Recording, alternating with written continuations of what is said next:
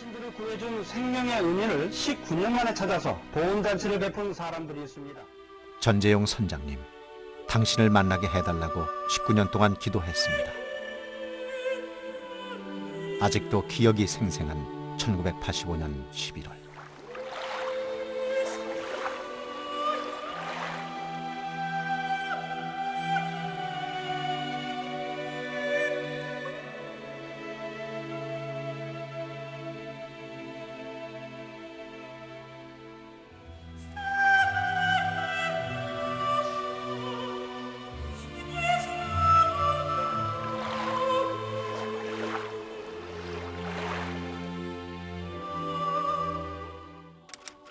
보트피플.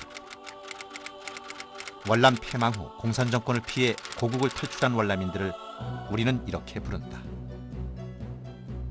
끝이 보이지 않는 망망대해 속으로 자신과 가족의 목숨을 맡긴 채 살아남기 위해 고국을 떠나야 했던 사람들. 106만여 명의 월남인들이 금방이라도 침몰할 듯한 배의 운명을 맡긴 채 공산화된 조국을 떠나야만 했다.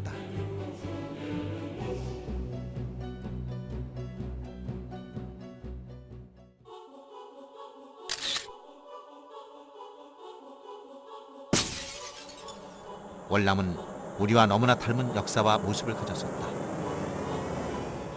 1954년 7월 21일 프랑스가 물러가면서 제네바 협정에 따라 북위 17도선 이남에는 자유월남이, 그리고 이북에는 공산정권인 월맹이 수립되었다. 그리고 1960년 12월 공산월맹의 지원으로 월남 내 공산조직인 월남민족자유전선이 설립되어 월남 정부의 전면적인 공세를 취하면서 월남전이 시작됐다.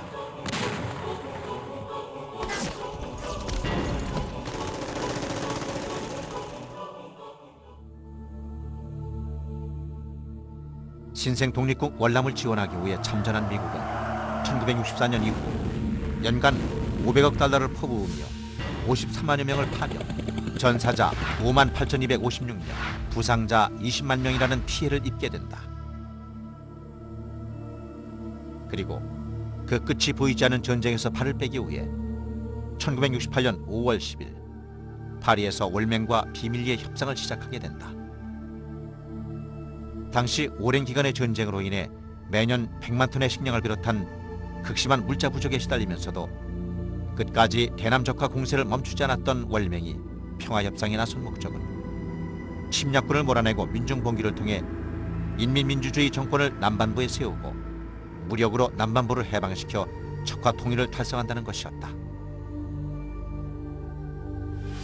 공산당 측에서 협상 제의하지 않아서 했으면 하는데 그게 결국 미국을 내쫓겨서 한 거거든요. 미국을 내쫓으면 공산화시킬 수 있다. 평화회담 하기 전에도 할 때도 한 다음에도 무력 남침 공산화라는 건 그 전략은 변함이 없었거든요. 겉으로는 변한 거 했죠. 근데 그걸 쏘갔죠. 그러고.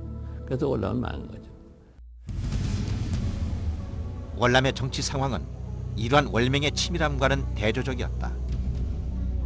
전쟁이 치열했던 1967년 9월 3일 치러진 월남 대통령 선거에는 무려 11명의 입 후보자가 난립했다.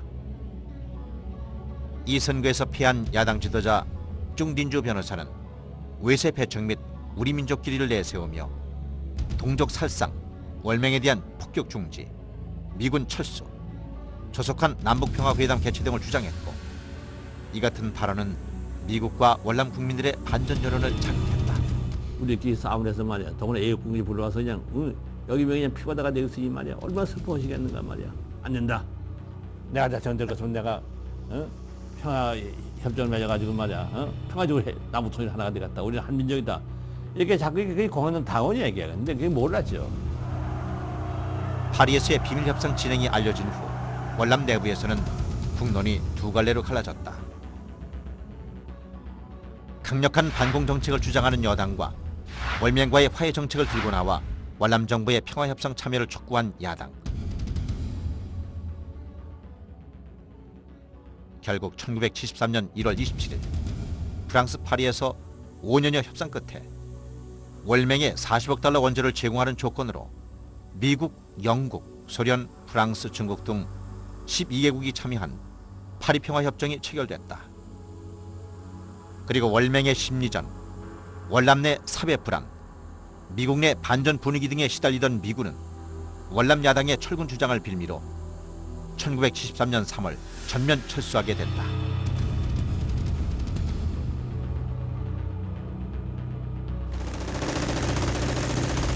예, 미국이 발을 뺀 근본적인 원인은요. 미국 대사가 점령당하니 말이야. 앞으로 이거 안만 싸워도 끝이 안 나겠구나 말이야. 안 되겠다. 그걸 갖다가 걔들이 달성한 거예요. 그래서 미국을 내쫓기 위해서 한 거죠. 뭐 결정 타격받았는데 군사적으로. 근데 그건 전부 그냥 뭐 예면하고 그냥 신문에서 말이죠. 뭐 사이공 점령 저 대상은 점령당했다 말이야. 멋있다니까 정말 이쪽이 사실은 저 크게 이기고 13만의 군사 중 9만 명 이상을 잃은 채 미군의 공격을 피해 산악 지역으로 피했던 월맹군. 하지만 미군은 월맹군을 완전 섬멸하지 못한 채 반전 여론에 의해 철수하게 된 것이다. 나가버렸죠. 우리는 우리보다 훨씬 강하고 장비도 훨씬 우월한 적을 대면해 무찌를 수 있다고 생각하지 않았습니다. 따라서 어떤 면이든 우리에게 유리한 상황을 만들어 궁극적인 목표를 달성하려 했죠.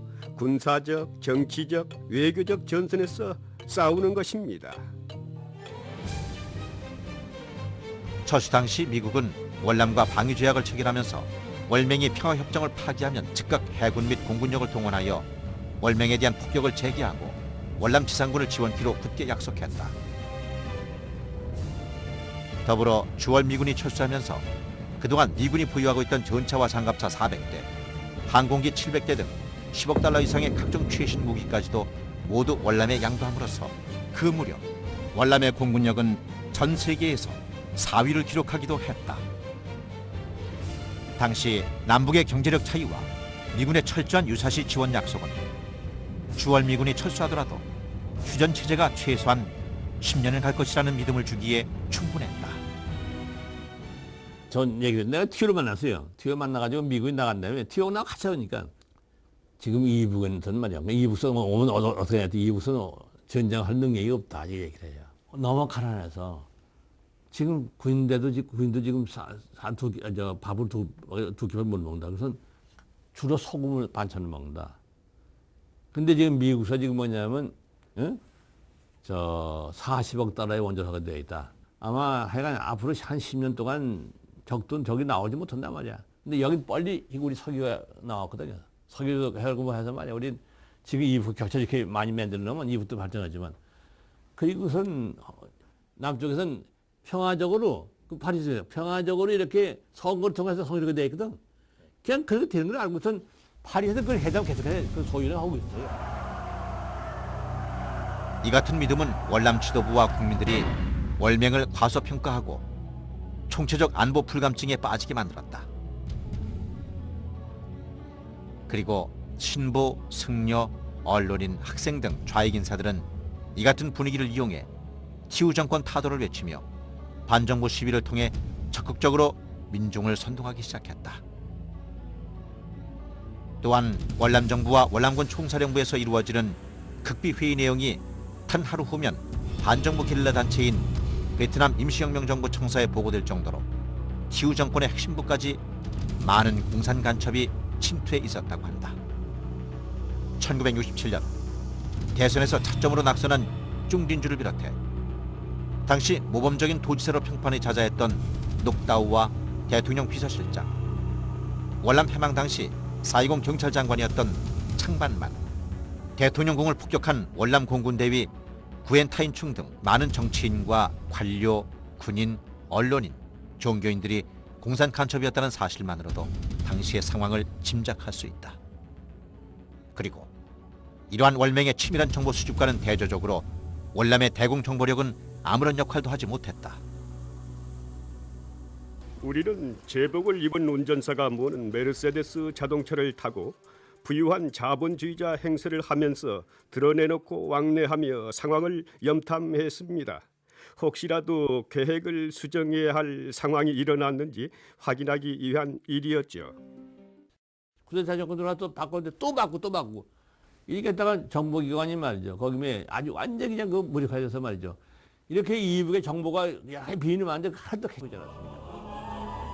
월남 내 우익들이 우리가 절대 다수이므로 절대 망하지 않는다는 안일한 생각에 젖어 있을 때 공산 세력들은 자신들이 장악한 수십 개의 언론사를 통해 정부에 대한 원색적인 비난과 유언 비어를 유포하고 우익 인사들을 무식한 전쟁광으로 매도하는 한편 수상후보 웬반홍, 사이공 대학 총학생 회장 등 수백 명 이상의 지도자급 반공 애국 인사들을 무자비하게 암살하기 시작했다.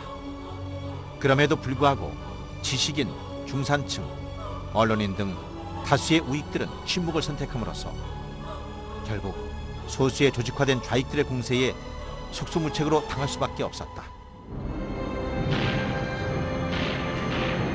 1975년 3월 10일 월명은 파리평화협정을 파기하고 월남에 이미 오래전부터 침투했던 간첩을 이용 주민들을 선동하는 동시에 18개 사단이 총공세를 감행했다. 그러나 즉각 정쟁을 중지하고 일치 단결하여 침략군을 무찌르고 자유월남을 지키자는 티우 대통령의 호소를 외면하고 자누탄 신부와 야당 지도자들은 정부를 비난하는 데 여념이 없었다. 분열과 총체적 부패 그리고 의욕 상실에 빠져있던 월남에게는 이미 나라를 지켜야겠다는 의지가 남아있지 않았다.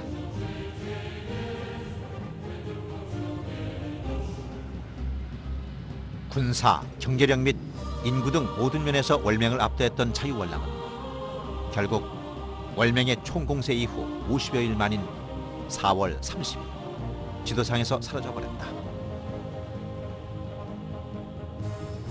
사이공 함락 후 월남의 군인과 경찰은 수용소로 보내졌고 공무원과 지도층 인사, 언론인, 정치인은 물론 반정부, 반체제 운동을 벌이며 월남 패망에 앞장섰던 자누탄 신부 등 종교인, 교수, 학생 및 통일운동가까지 체포돼 수용소로 보내졌고 대부분 처형되는 등 수백만 명이 처형 학살됐다.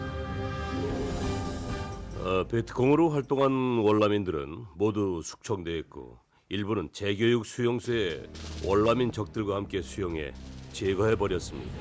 이렇게 월남 패망에 앞장섰던 인사들까지 처형된 것은 자본주의 사회에서 반정부 활동을 하던 인간들은 사회주의 사회에서도 똑같은 짓을 할 우려가 있다는 이유에서였다. 이런 일이 뜻밖이라고 생각하냐고요? 강압적인 전체주의 사회에 사는 사람들은 이런 정도의 일에 그리 놀라지 않습니다.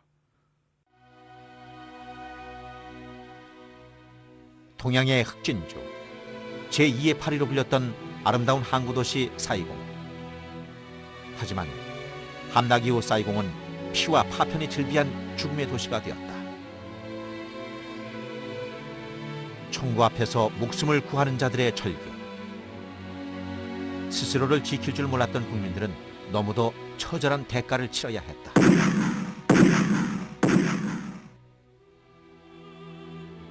이렇게 월남이 월명에 의해 유린될 때 평화협정 서명국들은 월남 국민들의 절규에 침묵으로 대답했다.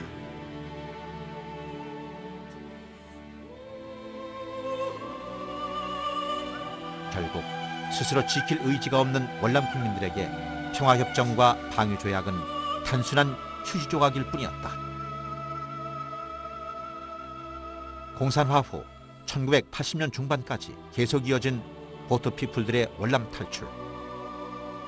이들 중 11만 명이 배가 전복돼 익사하거나 해적에게 살해당한 것으로 추정되고 있다.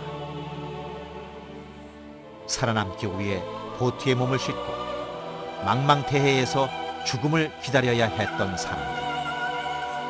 그리고 이런 보트피플을 외면하라는 회사의 지시를 어기고 그들을 구하고 자신은 이 일로 인해 회사를 떠나야 했던 전재용 선장. 19년 만에 자신의 생명을 구해준 한국인 선장을 찾은 월남 난민들의 만남은 세계인들에게 잊혀졌던 월남의 비극을 다시 한번 일깨우는 계기가 되었다.